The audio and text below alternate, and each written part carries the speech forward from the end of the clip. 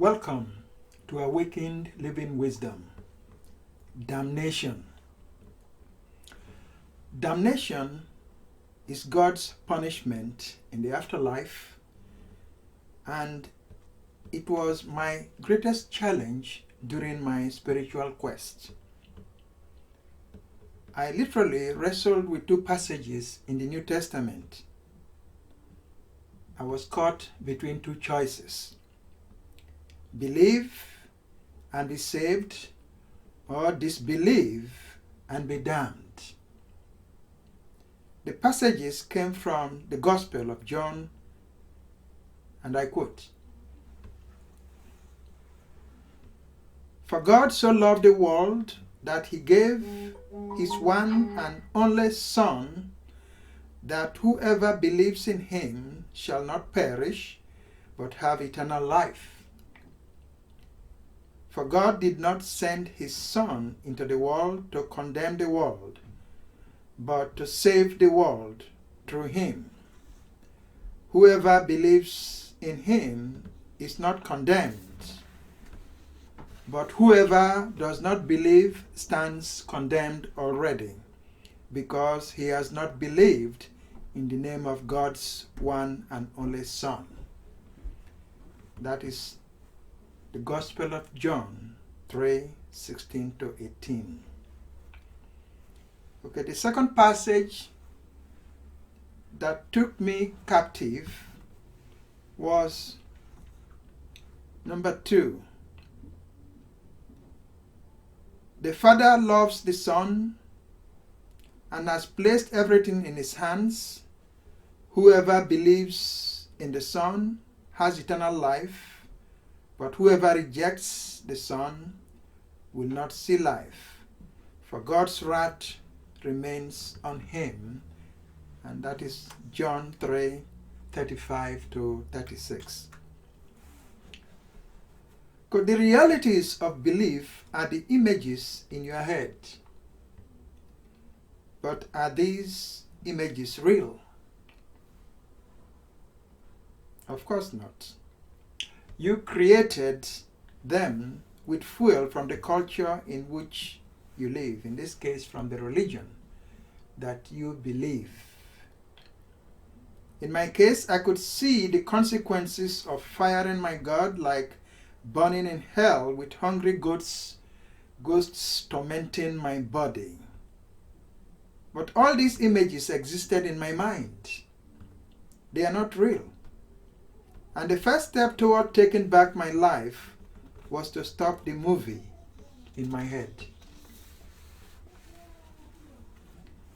As I said earlier, I had two choices: believe and be saved, and disbelieve and be damned.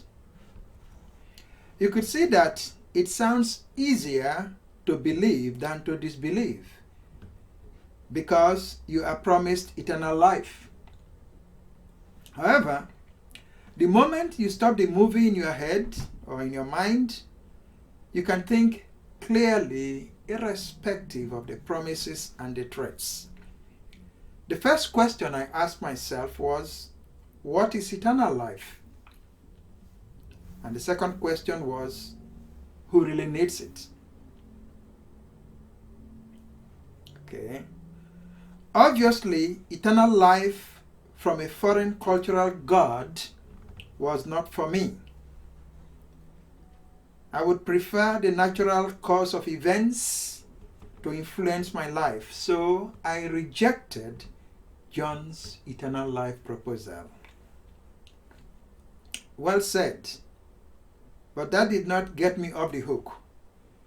If I rejected John's eternal life, the alternative was burning in hell. How did I attain balance? I took time to reflect on the passages again and decided to use freedom of choice, unconditional love, and belief to attain balance. These were my reasons. Foreign text. The statements from a foreign sacred text. Okay, the statement is from or the statements come from a foreign sacred text. How many people believe the statements in foreign sacred texts? Probably not many. For instance, if you are a Hindu, would you believe the Bible? As far as you are concerned, it does not make any difference because it is not your culture. It is not your cultural document. So you really don't even care about it. Okay, the same thing goes the same way with the Christian about the Hindu writings or the Chinese writings. It doesn't make any difference to you. By definition, the Bible is a foreign text for me because it is not the work of my people. Yeah, we cannot doubt that. The Bible was brought by foreigners into my country. So the Bible, as far as I'm concerned, and the truth is that it is a foreign document. Okay, the second one that helped me to achieve balance was belief. In other words, I do not believe in the text. I once believed in it, but after my quest, I disbelieved the book. Okay. And what I do not believe cannot influence my life. This was actually one of the teachings of my childhood in Nigeria. I learned very early that what I do not believe can never harm me. Number 3, experiences. The statements are John's experiences, but I have a different experience. We are not here to have the same experiences because if we did, there would be no progress and we will continue to repeat the same mistakes. So it is all right to differ. Yeah, if John believes in Jesus, yeah, I believe in the universe, that kind of thing. So it's okay to differ. Number 4, unconditional love. I am loved without conditions and I am blessed without requirements. We should suspect anything that has a condition. The gifts of the universe are unconditional. Free air to breathe, free rain to water our crops, free sun to keep us warm, free snow that invites all creatures to play, free fruit-bearing trees and plants for food, free flowers to brighten our day, free creatures to keep us company, okay, free parents to love and raise us with unconditional love, and free unconditional love, I mean the universe or universal love, to guide us through life. These are the only things we need.